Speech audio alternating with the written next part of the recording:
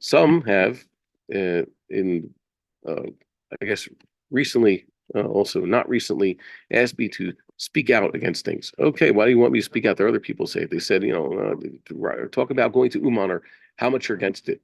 I don't need to say how much I'm against going to Uman because I don't really care that much about it. And other people have spoken. You could go look what they have to say. Rav Tzuriel has also he has what to say about that. So you could go see it. It's already been said. You don't need me. And other things also speak out against Chabad or whatever it is. There are enough people ragging on Chabad. I saw that among certain communities, certain people, they're very good. Yeah, there's certain ideological problems present in the Hasidus and also in Breslov, but that's not my business. Other people are there. So if you want, you go to them for guidance. It has nothing to do with me. Uh, and someone asked me also to speak out against Heter Mechira in Shemitah times or selling chametz, Eruvin. Yeah, we're going to get to it. Once we finish Sefer Avoda, Sefer Karmanos, and Sefer Torah, we'll go into Eruvin. I have a lot to say about that. As you know, people who finally get around to studying these things realize that municipal Eruvin are really unreliable, even if it's done by the book by very fine, upstanding, God-fearing individuals. It still doesn't really fit the sources. Okay, you have what to say about that. So they say, speak out against something. I don't know. Only if there's what to say there, I have anything to add to the conversation. In this case, I have a treat for someone. So you can ask, what about Heter Iska? And until this point, I had addressed certain issues. Yes, I believe that Heter Iska is greatly abused, especially the fact that in the Israeli banking system, as I mentioned before, with mortgages and all that, it doesn't seem to be used right. I remember, I think I told you some of the guys this story that back in Yeshiva, we were learning Bava Mitzvah. An Israeli fellow came into the base matter. She was, moved to New York and made Yerida also because of the financial situation. He liked speaking to me and my chavrusa because we understood his Hebrew, and we were showing him there's halachas about ribis, interest avak ribith, which is that which the sages considered sort of like interest, so they prohibited it also as to stay safe. It's good Torah to make a fence around the Torah, and he asked all these questions about how the mortgage system works in Eretz Israel. And I told him I'm really not quite sure. I can't justify anything you're saying based on that which you're studying. So we went to the Rosh Kollel, Rabbi Soloveitchik, who listened to the fellow's questions and also said, "Yeah, if you ask me, he said this Hebrew, I can't justify the way certain things are done in Israel, with the mortgage system. One of the most important things you could see is that even if you're not taking out a mortgage, you'll probably realize when you have to do banking here in Israel, you sign on the Heter Iska. Why are you doing such a thing? Okay, well, what does the Heter Iska basically do? The Heter Iska is kind of weird. It's a way to consider any of these transactions to be considered like an investment, a partnership slash investment, which is recognized by halacha and by the sages. The investor is bringing the money, and the mitasek, the one who's I guess managing the money, he's considered like an employee slash a partner, and he's entitled to his share of the profits at the end. The point is they're going to share the profits. Okay, so that's like interest. Isn't that interest to say like the investor basically lent the money to this person who's playing the stock market or whatever it may be? So no, he's a partner in the investment. He's not just handing him a loan. Yeah, but what about if he loses? And the answer is yeah. The sages recognize if the investments go bust, so the guy who put the bill, the guy with the capital, the investor, so he stands to see a loss on his investment. But somehow or other, they've rigged it in the Heter Iska that he will not see a loss. So that's the whole problem with the Heter Iska. If he can't see a loss, then it's not going to be going anywhere. So I have some sources just to show everybody about this. There is a tradition over here. I'll just, as by way of introduction, this is the Maisarav, as you can see. And here, this is the Vilna Gaon, what he says. Well, tell me the Hakra. Ein heter b'revachim klal. There's no heter to do this deal that they have with profits. Heter b'revachim klal. So they say this is the Vilna Gaon saying the whole heter iska business that the Achronim write about. He did not subscribe to it. He felt it wasn't right. And he only said the only thing you could do is rock pniot shtarkov. You could buy documents. You could buy whatever this means. Loans. You could buy off a loan. What does it mean? It's like speculating on a ksuba. How does a ksuba work? So the woman stands to gain whatever money is written in the ksuba if her marriage is terminated, her husband dies, or he has to divorce her for whatever reason. It's not her fault, so she stands to collect, but she might never collect the ksuba. She might predecease her husband. So what does she do? It's in her perhaps interest to sell the ksuba at let's say half the value it is now. It's better for her present day to take the value of whatever this speculator is giving her now, and he benefits because he stands to gain more sometime later. So basically, her present value is greater than his future value from her perspective, and his future value is greater than her present value from his perspective. So the deal can be made. So too, what do you have? You have a case we're going to see in the Rambam that one fellow lent to another fellow, and someone is speculating now. He's buying the rights at a discount to eventually collect that debt. So that's legitimate. I'll show you what I have my own Rambam here because I like to take notes. I can't seem to take notes on the Machon Shilo version, so I'll just put this over here. Halacha Ches. Okay. Actually, so that we're going to Daled Gid Daled in Malviv a little bit. Okay. The basically what the Vilna is getting at is what the Rambam describes over here, which you could find in Talmud. But first, let's look where the Mishnah has it. Just an example. Ein mekablim tzon barzel Yisrael mipnei shehu ribith. Wow, this is a loaded line in the Mishnah. What does this mean? This means that you can't do business with tzon barzel from an Israelite. The Israelite basically hands over tzon barzel, which it means iron sheep, but that's a figurative expression. It means, whatever it is, the property, whether it be actual animals or some other anything that could be used to make money. And barzel means that ironclad, he has to get them back as was. Let's say when a woman brings into the marriage certain possessions, nichsei tzon barzel, so the husband can use those possessions while he's married to her, but he eventually has to hand them back over. She brought in a factory into the marriage, or flocks of animals, so the husband can benefit off of them, and I guess he could shear the sheep and he could use the products of the factory, but he'll eventually have to present everything back as it was if the marriage is terminated. So the Rambam says you can't take on a business like this from another Jew. He gives you his sheep, and you're supposed to be using the sheep to get wool, etc. And you're going to share the profits, but the investor can't lose. If somehow or other the sheep all die, so the fellow who was given the investment, the sheep, in order to take care of them and use them to make money, so he's going to have to present those sheep back to the investor eventually. So the investor basically has no losses, or he doesn't want to see any losses. So the Rambam explains, "Hu shiat ne'imo shali hafsed alav." It's the investor, the fellow who hands over the sheep to the mitasek, the person who's doing all the business. He says that the condition is that he will not see any losses. So it's sort of like, well, here are the sheep. I only want to see profits from whatever you do with these sheep, but I'm not taking any of the liabilities. If some or other goes bust, you'll still have to pay me back actual sheep or whatever the value of the sheep was. So that's why this is forbidden. Let's look at the Rambam over here. Daled Yudaled. He's talking about this. He first introduces it. I thought it was a little bit backwards how he says it, because he first gives the case, the exception to the general rule. And in the next chapter, he gives the general rule. What is it? Nechseyeth Tomim, with regards to the possessions of orphans. Orphans means not necessarily those who have no parents.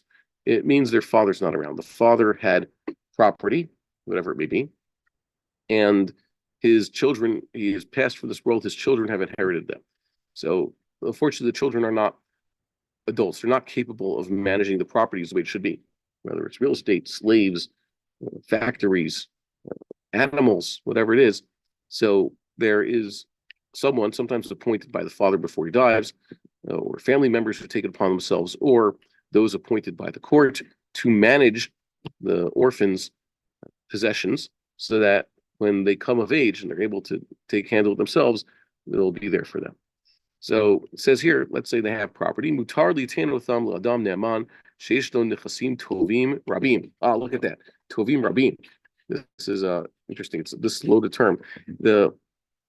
They can and by the way, it's permissible to give these properties of the orphans. Usually, this is the based in doing it, or perhaps the legal guardians, once again, the apotroposim, to someone who is trustworthy, who has much property going on, that is good and many. Interesting, Makbili says over here, it says Nechasim just tovim. In the Makbili edition, it just says, okay, his property is doing well. And then they say there's a ksavya that says, no, it's not tovim, it means rabim. Okay, he has a lot of different businesses going. So they could say that, why would it be a machlokas in the or dispute in the text? The Rambam is saying he has a lot of businesses going on here, or he has a lot of good businesses going on here, or is it both? The answer I'd like to say is that what makes them tovim? What are the good nechasim? It's that he has rabim, a lot of different types of property. That is diversification. Diversification is very good. If this fellow, one of his advantages is that he's also in the sheep business, but he's also in the cow business. He's also in the farming business, and he has factories. He has got his hands in a lot of things. It's usually a sign of success. So this is permissible. You hand it off to basically an investor, someone who will manage their properties and see profits for the orphans. It means whatever this fellow's doing, he's realizing a lot of sachar. In this case, it would be revach. It would mean, he's getting very well rewarded, good profits, and it's not likely that he's going to have losses.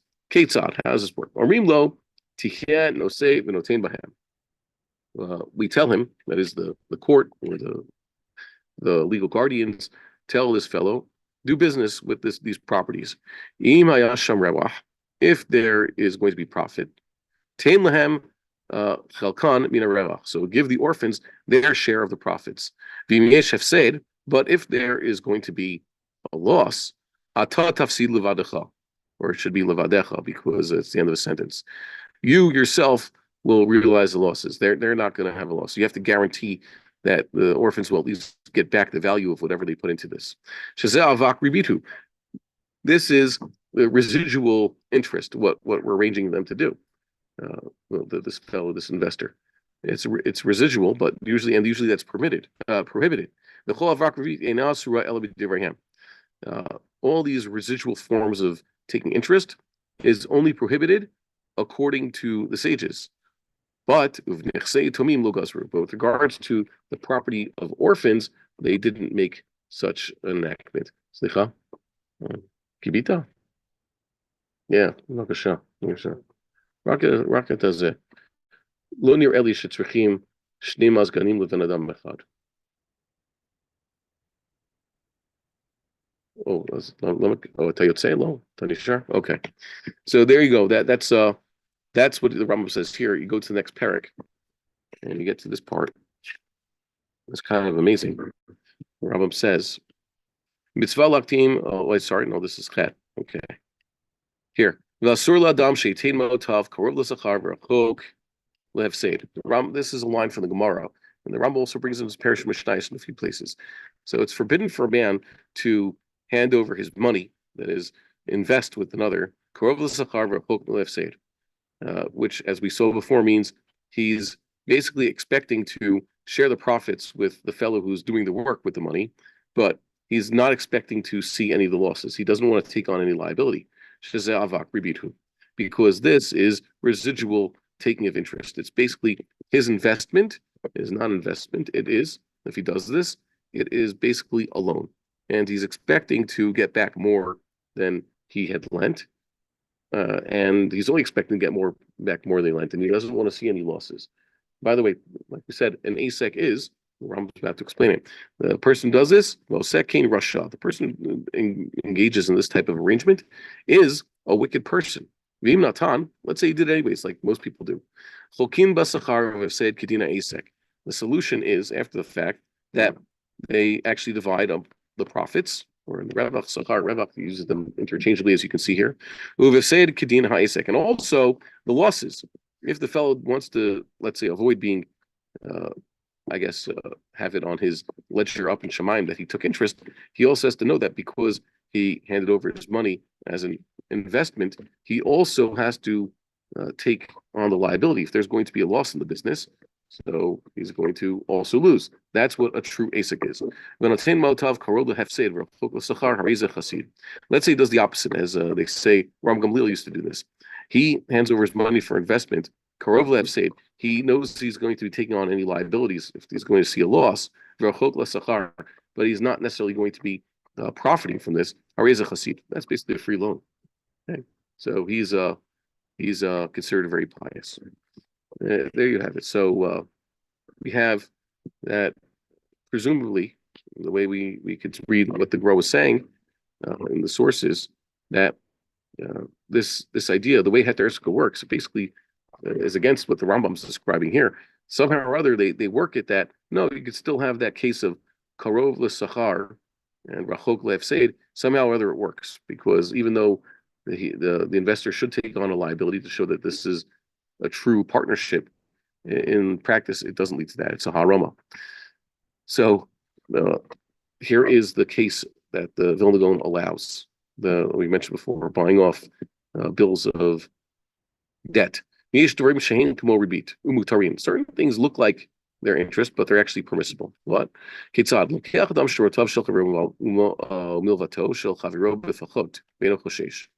A person can acquire his debts. In this case, it's a shtar. This is what we saw referenced there in Maisarav. It's a loan contract. Okay, Ruvain borrowed 100 shekels from Shimon, and Ruvain will have to eventually pay back the 100 shekels to Shimon. That is true shtar. There's no added money here in this case. There's no ribbis in there. But Ruvain now owes Shimon some money. It's going to come due eventually. Shimon holds this document. Shimon could say, look, Ruvain owes me this money. Eventually, Ruvain will have to pay me back 100 shekels. So Shimon stands to collect maybe 10 years from now, maybe 6 months from now, 100 shekels. Shimon needs cash right now. So what does Shimon do? Shimon goes to Levi and says, hey, Levi, I'll give you this shtar that allows you to collect 100 shekels from Ruvain sometime in the future for 80 shekels now. So Levi can do so. Levi can buy it. Levi hands over the 80 shekels now and to Shimon. So Shimon gets his 80 shekels now. It's better for him right now. And eventually Levi will collect 100 shekels from Ruvain. So that's permissible. It's also permissible for a person to give his friend. Levi could go to Shimon and say, Shimon, here, take a dinar, some money, and go lend money to Ruvain. So that Shimon wants to lend money to Ruvain, Levi is going to pay him to do so. The Torah only prohibited interest that comes from the borrower to the lender. So too, a person can tell his fellow,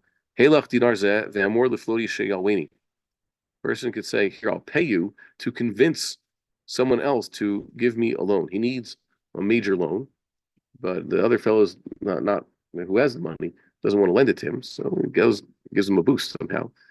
Convince the other person to give me a loan, and it's worth it for me to give over a little bit more. So basically, Ruvain, who needed this help, needs $1,000. Shimon will give him the $1,000, but if Ruvain gives Levi another $5, so that to convince Shimon to lend the money, so that'll work. Even though ultimately Ruvain is down $1,000 to $5, even though he only wanted to borrow $1,000. Okay, why? This is called schar amira. This is amira in this case means persuasion money. So that works.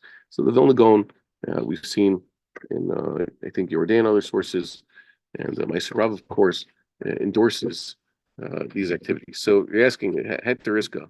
Basically, the Heter Iska doesn't fit with what we saw in the Rambam, and as they report, the Vilna Gaon also didn't hold of Heter Iskas.